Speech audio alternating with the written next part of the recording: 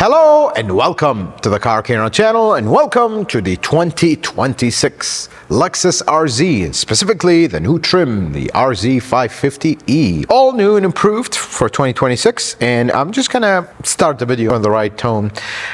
I've never seen Toyota and Lexus do radical changes to a model behind the scenes in a short span of 3 years, ever. Put it this way. This is all new and improved, and because the last review we have potentially called it one of the worst electric cars ever in 2023. And in today's video, we're going to try to find out if that is still the case or not right after this.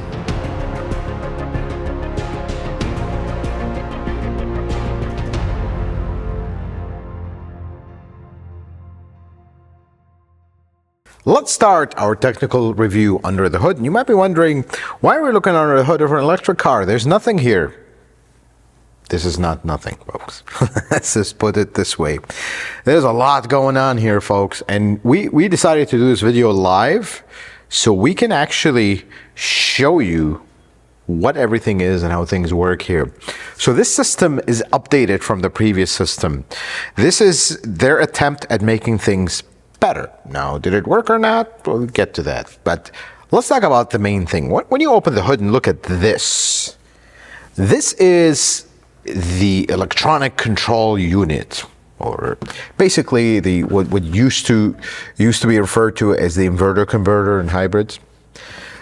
This will kind of control all the flow of electricity. It'll take power out of the battery, send them to the motors to drive the car. Then we're regenerating. It's going to take that power from the motor, convert it, and send it to the battery to charge it, back and forth. This is what controls everything. Now, for 2026, they updated this unit and made it smaller. Now, if you go back in time with hybrids, well, because hybrids essentially had a similar unit function-wise to this. So initially in the first generation, it was massive and it was a little bit smaller. By the fifth generation, I mean, it was like 1/3 the size of the original one. Not here though, because do you see this perfect cutout right here? Well, the one from the previous models were just, this is straight and down. So slightly smaller. You can maybe, I don't know, put a couple books here if you want to warm them up, because this gets pretty hot. So not exactly a radical change. I mean, if this was like half the size where you can tuck it in and maybe make a usable area here for storage, then we would say it's a smaller size, but this is slightly smaller. Moving on from that. It is in my belief that in electric cars, the heat management system or the thermal management system is the most important thing. This is what makes the range work or not. The two problems you have: how do you heat and cool the battery to make it run at an optimum temperature, because lithium-ion batteries like to operate at a certain temperature, and then how do you heat and cool the cabin without destroying the range? Here's how they did this, and this is a little bit more sophisticated than before. And even before, things were actually looking not terrible, but it didn't translate into good range. Still doesn't. Let's talk about it. So you have two cooling systems, technically three. Two of them are combined into one. First, you have the battery. So the battery, how do you cool it? How do you heat it? To cool it, you run coolant through it, and this is the first cooling system right here. This is a reservoir for it, and you notice we have a different non-pink coolant. This is a new coolant that they're using for electric cars. It is non-conductive, because should there be a leak in the battery, you don't want that coolant to be live. That's ideal for service. So you have this coolant that can go in the battery and cool it. But what if the battery is still too hot and you need, like, it's 95 degrees outside and the battery really needs to cool down, and just simply running the coolant through it is not enough? You're going to use something called a battery chiller, which is right here, this one. What the battery chiller is, do you see how it has coolant hoses and AC lines going to it? So what's going to happen here, that coolant that is going to cool the battery is going to first pass through here, use refrigerant, like HVAC refrigerant, to cool it further down, and then it goes to the battery. So it's super chilled coolant going to the battery, and it'll help it cool down faster. That's the basic idea. But what about when the battery is cold and you want to warm it up? This is where things get interesting. This is where they did things better this time around. So you have a second cooling system, which is this one right here. Technically, it is two cooling systems in one. This integrates with the heater circuit, like for the HVAC, but we're gonna pause that for the conversation for a second. We'll talk about that in a moment when we talk about HVAC. But this coolant also passes, if you see this hose right here, also passes through this control unit, and it's going to be a little hard to see it, but all the way down there where this hose goes, that's also a heat exchanger from the oil inside the motor and the coolant. Now, some people say there's no oil in electric cars. Those folks need to reconsider. There is oil to cool down the motor and for lubrication as well. So that oil, as you drive and friction, will warm it up. So we're going to take some of that heat, warm up the coolant, and then when this unit comes on, it's going to heat up as well. Take some of that warmth and warm up the coolant, and then they added a second heat exchanger, and this is the new change for 2026. That heat exchanger, actually, it's very hard to see, but it's all the way at the bottom of the radiator. It's just a location for it. It doesn't mean that it does anything with the radiator. That heat exchanger can take heat from this system, transfer it to this one to warm up the battery. Should the weather be mildly cold, that should be enough. As soon as you start driving, these heat up and they can warm up the battery effectively. But what happens when the weather gets extremely cold? Like it's 5 degrees Fahrenheit outside and you just started the thing and the battery is like super cold. Then what? They're actually going to deploy a high voltage coolant warmer or heater. And that heater lives right underneath a 12-volt battery, somewhere in that area. So what that is basically a high voltage coolant heater. It's gonna heat up the coolant, warm up the battery until the system catches up, meaning you've been driving for a bit and this unit got pretty hot, the motors got pretty hot, and now we can effectively continuously heat up this battery and keep it going without needing that. Then they shut it off. That second heat exchanger was not there before 2026. This is a new addition. And effectively linking the two systems together is a great idea. Now, before we move on to the HVAC, how do we do these switches? Because these switches are happening on the fly. Okay, hey, we need to chill the coolant so we can send it to the bag. Hey, wait, we don't need to do that. Actually, things are very cold. We actually need to block the radiator completely because the last thing we need is a little bit of heat that we have to go away in the radiator. So the way they can make these switches is using a multi-way coolant valve that can direct coolant where it needs to go. And in this particular system, for the main coolant switches, they use a 5-way valve, and that valve lives right here. That's the 5-way valve. So you have 2, 2, and 1. That's a 5-way valve. Folks, 5-way valve is actually pretty good. Not as sophisticated as the octo valve from Tesla, which uses coolant and refrigerant in an 8-way valve. That's why their system is very compact. But still, 5-way valve, we have a lot of multiple configurations. For example, some manufacturers still use 3-way valves, and now all the hoses and all the mess. This has at least condenses it a little bit.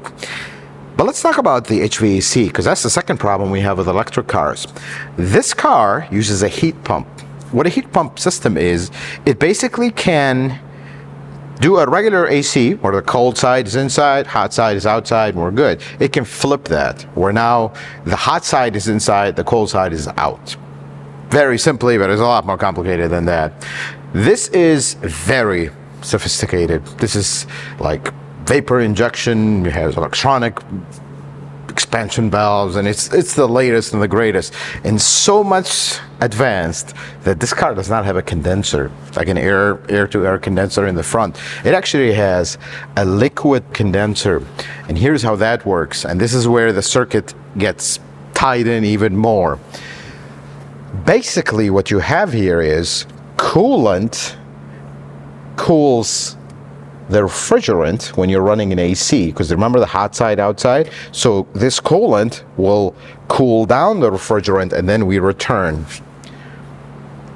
But in a heat pump operation, we need to heat up the cold side. It's actually going to do the same but opposite. It's going to flip the circuit. Now the refrigerant that's coming here is cold and the coolant that's going here is hot, and that's how we keep the cycle going. But here's how they're doing this, and this is where things are very interesting. Some electric cars will have hot refrigerant going inside the car to warm up the cabin. They kind of taken the place of a heater core which has coolant in it. This one doesn't have that. They actually, if you look all the way down there, like this big hose, maybe a little bit hard to see. I think if you see it right here, these two hoses, you see them right there, these two hoses, these are actually going to a conventional heater core, just like any gasoline car. And the way they are warming up the coolant is using refrigerant.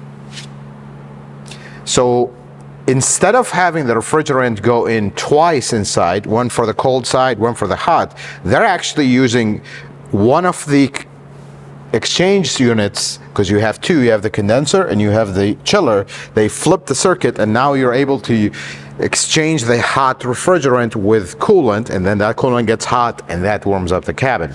But in case things are not catching on and they did not want to use the battery, like the high voltage coolant warmer to warm up the coolant for the inside, they actually have radiant heaters inside. What those are basically electric heaters. That's why this car doesn't have a glove box, because that's where the radiant heater sits. That's their backup measure in case things can, until, of course, all these backup measures are there until things catch up, until this warms up and that warms up, and then everything kind of catches up, hopefully.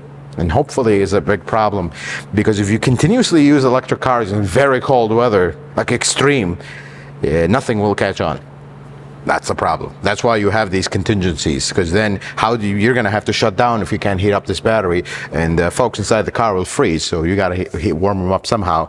But all that is at the expense of range. And this is the biggest problem with this car. Range is an improvement, but I wouldn't call it significantly improved, like just like to say. Because the biggest problem with electric cars is range and anxiety, folks. That's a reality. This car has such an unpredictable range. It goes up and down significantly with your HVAC controls. Before we continue on, I'd like to give you a small demonstration of what that looks like. So let's talk about this, because this is the most interesting part. So right now, HVAC is off. We have 196 miles of range. Great, which is 96%. Yeah, that's. Let's start our HVAC and watch what happens to our range. Yeah, that dropped down to 190. That's not bad. We are at 68 degrees. Let's say it's cold outside and we want to increase the temperature. Just watch what happens to the range when I go to 75. Yeah, that dropped down some more. And if I go to 80 degrees,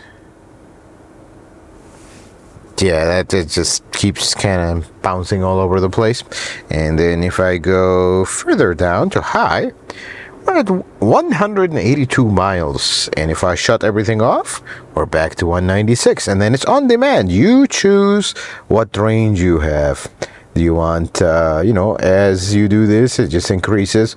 See, most folks, if you go to low, we're down to 190, but if you shut it off, we're back to 196.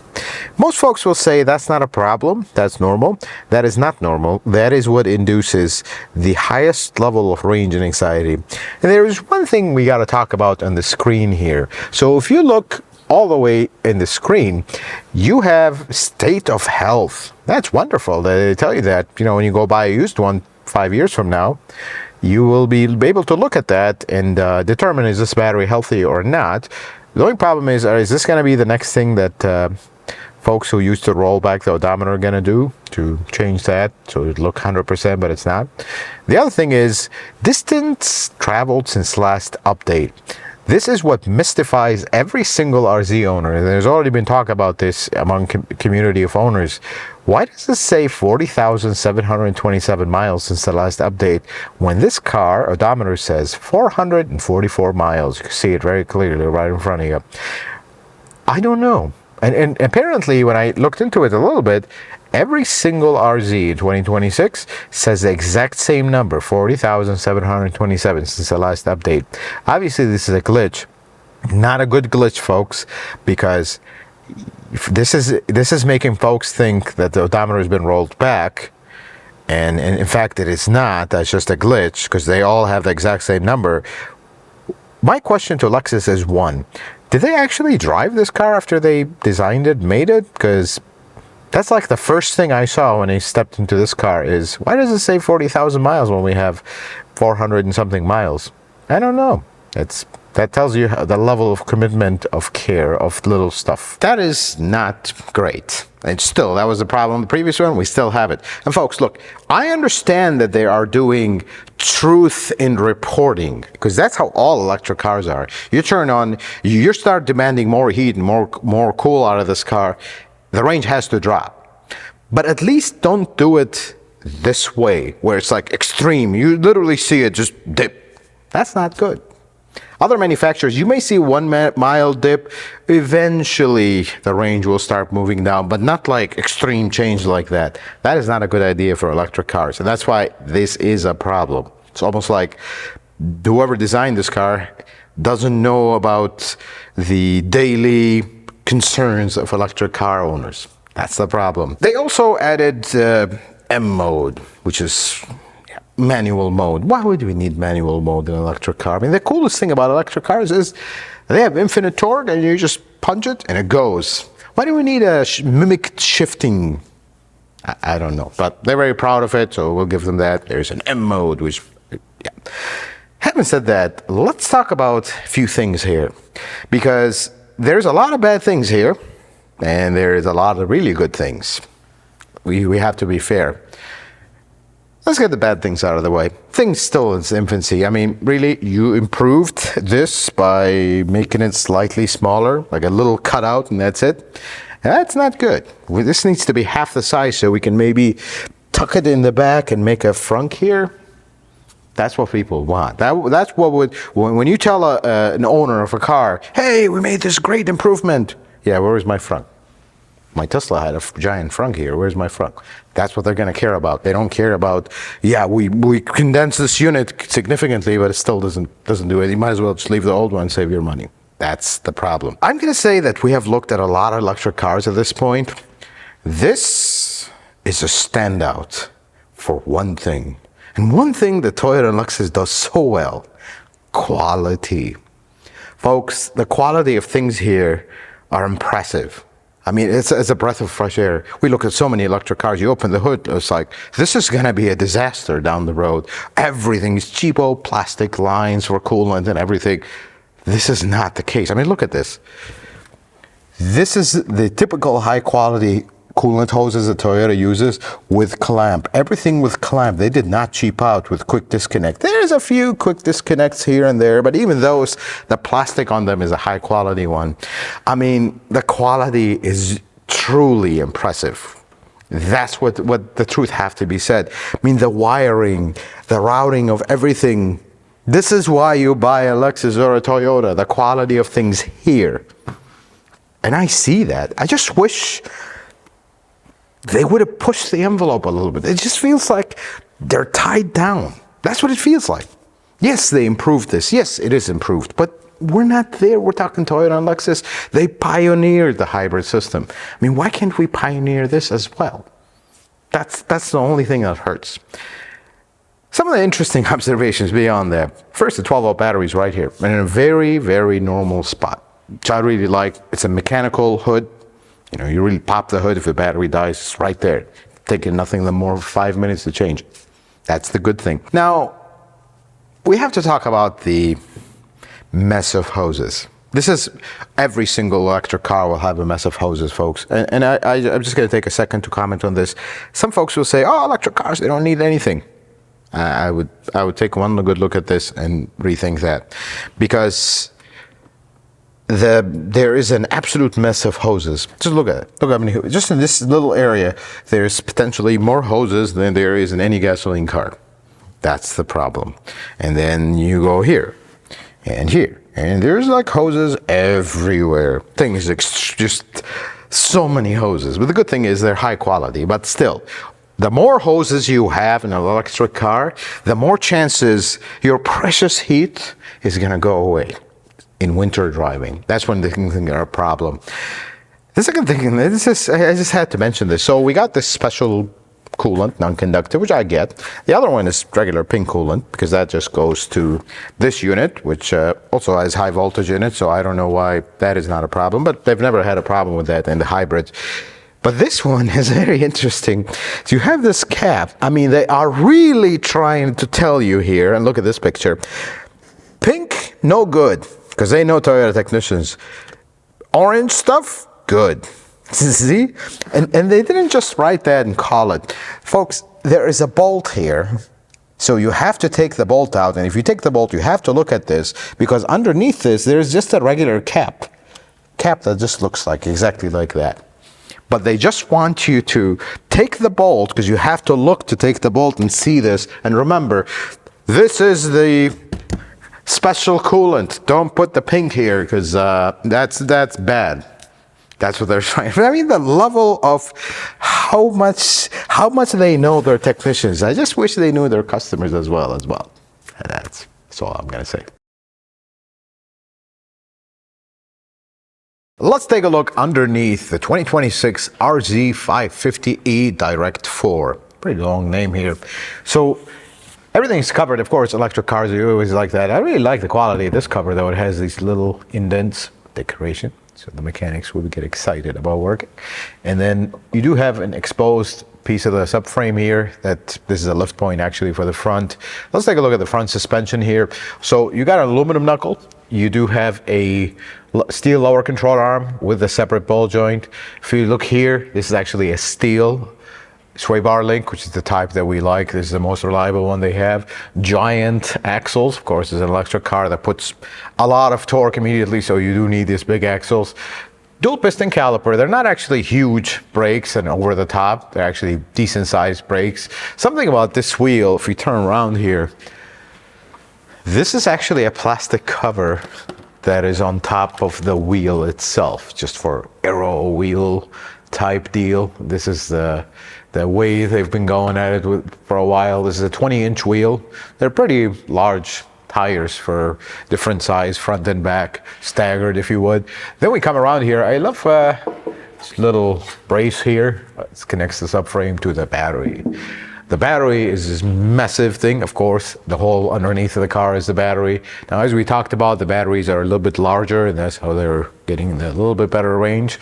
And I like how the battery connects to the structure, and the structure goes all the way to the edge. The only thing, and this is very un-Toyota and Lexus-like, they don't have clear lift points. These are the lift points. They're just kind of on the, very tricky to get them lined up and whatnot. Usually they don't do that with their electric cars, but they started with this one.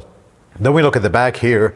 This is where the electric motor is and the inverter on top of it. This is how they set it up. Unfortunately, it's all covered up here. You won't be able to see much, but the rear suspension here is a typical Toyota Lexus rear suspension. Very simple, actually. You do have an aluminum knuckle. You have multiple steel arms, trailing arm. Then you have some arms at the top. They're all steel. The shock separate from the spring. If you look at it, it's a very simple suspension. If you look at it from this way, you can see it better. Very simple suspension.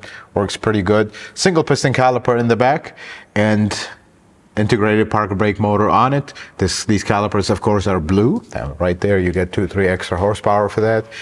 It's all covered up in the end. Of course, it's an electric car. So basically, the idea is when the car is down, these wheels will go up. The control arm will be almost flat. They even gave you this flap. That's how electric cars always are. They want as flat as possible underneath to reduce drag, which is pretty cool. Let's take a look at the outside of the 2026 Lexus RZ. We got to say one thing. Things looks good, especially in this particular color. Looks pretty good. So the front spindle grille is covered up. This is an electric car. Guess we don't need according to folks, we don't need the heating and cooling. Oh, yes, we do. But we have the bottom vents because we were trying to help a little bit with aerodynamics here. I think it looks pretty good. I really like this section. It's just gives it a little bit of character. I think it's pretty cool. The car looks great. The truth have to be said. It's one of the few great things about it. So the hood. I like this interesting shape that comes up to this. It's almost like an RX, but not really. I like how it looks. Then we come to the side here. This is one of the biggest changes in 2026. We have, of course, this is a luxury car. This can't open on its own. We can live with that. We have a Tesla style charging now. It's pretty cool. So now you will get the looks when you go to a Tesla charging station from the Tesla owners. What are you doing here? That's where you charge. But in all fairness, this is actually good news because there's a lot more Tesla chargers than the other style. That's the good part, and there's a much bigger network. So now you have access to it natively, not with an adapter and all that. No, you just charge normally, which is really good. Now, of course, this one has the F Sport. I like how they put it on the door. Very proud of it. It's probably the worst thing that ever happened to Lexus. Then we get to the doors, and this is not just this car, this is all the new Lexuses with these. This door handle is actually not a handle, it's just a button. They're electronic doors, but if you need the manual release, you have to pull this little flimsy thing that loves to want to break, and then it doesn't want to work. Yeah, these handles, really dislike them. There's a missed opportunity, I feel like. This door does not open 90 degrees. Because look at that floor. That floor is flat, near flat, because of course the electric car is no transmission hump, if you would. No pass for the exhaust or drive shaft. But I feel like if this door opened 90 degrees, this would have been even better, because the back seat's actually pretty good in this car. Then we got to this section, and this is where they were trying to copy the Germans, how they make like an SUV and then ruin the back storage with a little slope. They were trying to do that, but they did it a lot better because this car has horns. Don't exactly know what, I mean, it does look pretty cool, but it's just strange that it has these little horns, and then this one is even more special, has this tiny little spoiler. All for aerodynamic, presumably, hopefully, but the back actually, even though I really dislike this part because I feel like this kills the function, it does look the part. Looks pretty good. I like the taillight, how it extends across. I like that they wrote Lexus here, though they're doing that in other models. And then the third brake light is right here. They can't put it at the top. I really like the way it looks in the back. And I like the badging. See, RZ550E, which you want to know the trim, and Direct 4, or not Direct 4. I guess that's the badging. Let's look at the back here because power back door, which is to be expected a car of this price range. Dual motors, and the motors do go into the hatch here, which is the way you want it. This simple things. This is such a nice thing. I mean, it looks like it's hung up by a string, but it's such a heavily padded panel. It's well made. I like that. Now, what is not well made is this. This is not well thought out. You might be wondering, what is this? These are the shades for the fancy sunroof deal that doesn't open. I mean, I thought you could make it opaque and you can't see through it, but I guess one RZ owner complained and they had to do this. You basically either leave this in your garage or you kind of just have it sitting here. There's no other place to put it. We tried to put it in the storage area right here. Doesn't fit. No matter how you put it, this will stick up. I don't know, they could have thought this through a little bit better. Maybe just change this panel a little bit so this would sit here and out of your way, but they didn't, and that's okay. There's a little bit of storage here. It is actually a decent size place, except can't really put anything tall because of the slope. So that's what they did here. You do have close and lock. I guess the best way to sum up the exterior of this car is pretty good looking car. So is the RX and the NX. Let's take a look at the inside of the 2026 Lexus RZ, because largely this is a copy from every single other Lexus model currently, from the NX, the RX, TX, exactly the same. Same infotainment, exactly. Same temperature control, same volume, exactly the same. Which works great. It's glitchy sometimes, but it works. And then the gauge. There's a very large, what appears to be a very large screen, but it's actually a very small screen in the middle. I can live with that, but I thought the whole electric car thing was supposed to be a techno-edgy thing, and then you have this tiny little screen. It does absolutely nothing. I can live with that. And then there's things in life that mystify me. The shifter.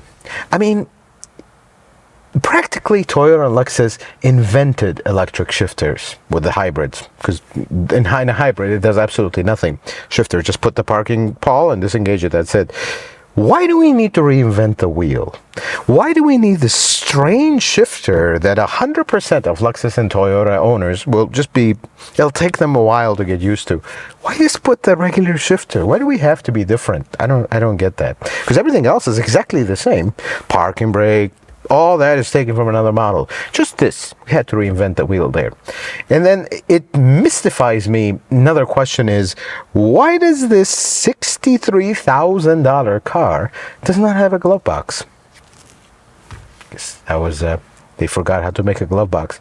I know they have a radiant heater there, and I hope I'm not wrong in saying this is not the first car that has a radiant heat. Why do we need to sacrifice a glove box? You know, when you sacrifice function for feature, that's when we have a problem. That means you didn't think long enough. You didn't really put the effort to make both work. Having said that, though, and gotten that off of my heart, and the horrendous touch capacitive deal with the head. Moving on. Very nice interior, truly nice interior. High quality materials, fit and finish is excellent. The features here are nice. You have these really nice lights that illuminate here and they kind of move. This is a luxury car. This is the stuff you want, high quality stuff. Very quiet, very insulated. Everything feels very nice. Seats, these are the F-Sport seats. They're not comfortable. And I don't know what, I guess Lexus's idea of sport is put very uncomfortable seats and very jarring suspension. That's their idea. But everything else is very nice. Just, where's my glove box? Why do we need to reinvent the wheel on the shifter? And then could we work on this gauge? Because I'm going to tell you one thing. This is like a luxury car here. A 2026 RAV4. Just from a Toyota side, an everyday car, has a much nicer gauge for screen than this one. We just updated this, just put a screen. That's okay. I suppose we can live with that. Let's take a look at the back seat of the RZ, where I feel like this part is done well. I'm 5'7". This is my driving position. Yeah, this is a very comfortable back seat and a very roomy one in a car that is not really massive. And the best part is the floor is flat, so if you put a person in the middle, they're not punished. They actually will feel comfortable. Now in this particular trim, you do have heated outboard seats. It's very nice, materials everywhere, everything feels very nice. The back seat in this car is really well, and that's, I think, one of the big pluses for this car. So, the Lexus RZ, and before we talk about anything about this car, we have a very important question to answer. Is this still the worst electric car in 2026? It potentially is not the worst, but it's definitely the top 3 worst. Sorry, Lexus, the truth has to be said. Because where do I start with this car? First, let's get the good stuff out of the way. Things are looker. Things looks great. So is the RX and the NX. And everything about it feels nice, it's smooth, it's quiet. Although the seats in the F-Sport are not comfortable, but you can get the regular one. Everything about the car itself is everything Tesla does not have. But then what Tesla does have, which people mostly care about, is what this car lacks severely still. Let's talk about the range. Now, new and improved range, which I love. Finally they're realizing we can't be that conservative. We got to push the envelope. We got to put bigger batteries. We got to kind of get a better range. This particular one doesn't, but there are models that get better range. But the unpredictability of the range is still a big problem. Folks, we're driving it in mild weather. We did the demonstration. Talk about range and anxiety. This is how that looks like. Basically, what this is going to do is make the consumer shut off everything just to feel comfortable, just to get actual range out of it. Now, the charging speed has significantly increased, which is really good. The onboard charger is better. The adaptation of the Tesla style charging thing, that is a really big step, because there is a much larger Tesla network out there than there is the other stuff. But all that to answer one thing. it still feels like they're not really all in with this stuff. I mean, they scrambled to change stuff, but they didn't change the one thing that matters. Why does the range is all over the place? That's the biggest problem. The range needs to be stable. Now, it is more stable than the 2023 model. You have more options of range, which is great, but still, that's the biggest problem. It almost feels like their commitment is not 100%. That's the bottom line. With electric cars, range is everything. Some folks will disagree, but that's the main thing. That's everything. That's why people buy Teslas. Because Tesla, other than the electric technology and good range, it's basically a blob of plastic that is glued together with cheap gum and cheap glue. But yet folks buy it left and right. It's probably one of the top selling electric cars because they work. This is a very nice car, but the electric part is a question mark. That's the biggest problem. And the biggest insult in that, and there is nothing that tells you a manufacturer is in distress about a model, is when they make the model better and they drop the prices. I mean, the prices dropped significantly for these. Almost to a point where it's like, why would anyone buy the BZ when you can buy this? It's basically the same thing. I mean, prices has dropped so much as $11,000. How? And this is a question I want everyone to ask. Wait, so the people that bought the first ones and believed in the brand, they basically got cut off because now you can buy a better one for less, a lot less. Nothing tells me they're in distress more than that. And I'm sorry, the truth have to be said. This is a beautiful car, but as an electric car, it maybe have moved a step 1 or 2, still the bottom 3, because the range is not there. The only thing, and I'm gonna be fair here because we have to be fair, the only thing that makes this appealing is the price. This is a very nice luxury car. I mean, in that part, it is very nice. Yeah, it have the quirky handles and the weird couple things, and it does say it has 40,000 miles when it has 400, but this is still a Lexus, and it's very nice, and the build quality is there. But the prices? Now, you go option 1 out like this, it's over 60,000. But you go to the base models, they're not exactly, you know, manual windows and manual locks. They're still a very nice car. That's more like it. And now, all of a sudden, this moves out of the bottom to the top when you consider the price. Simply because of the price. Would this be a car I would travel across the country with comfortably and this and that? Not really, because the range is very unpredictable. It still jumps up and down depending what the temperature or the climate control is, but it's getting better. They're moving slowly in the right direction, but I feel like we need a 3.0 to make this good.